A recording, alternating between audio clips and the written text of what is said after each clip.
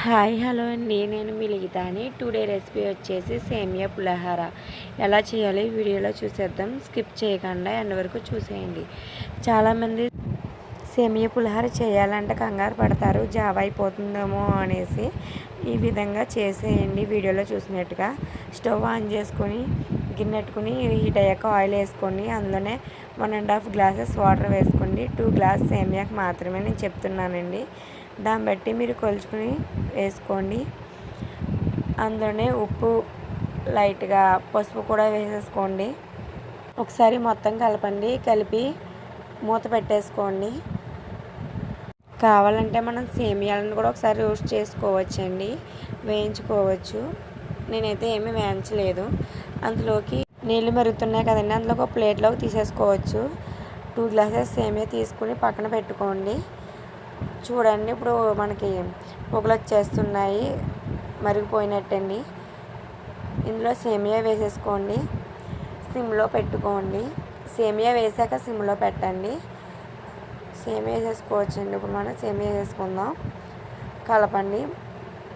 మొత్తం అంతా కలిసేటట్టు కలపండి. అలాగని ఎక్కువసార్లు కలపకూడదండి.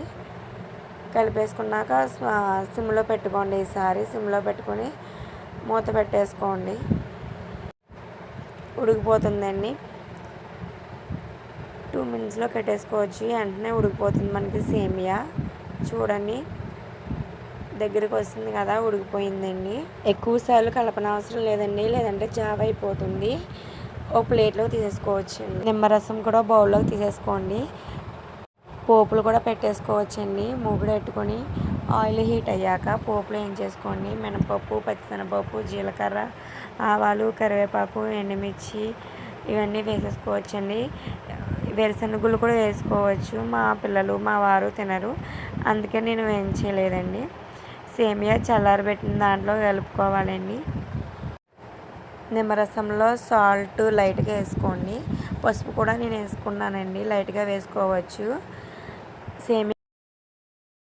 సేమియా చల్లారిన దాంట్లో కలపండి రసం, లేదంటే సిరిచేదు వచ్చేస్తుంది.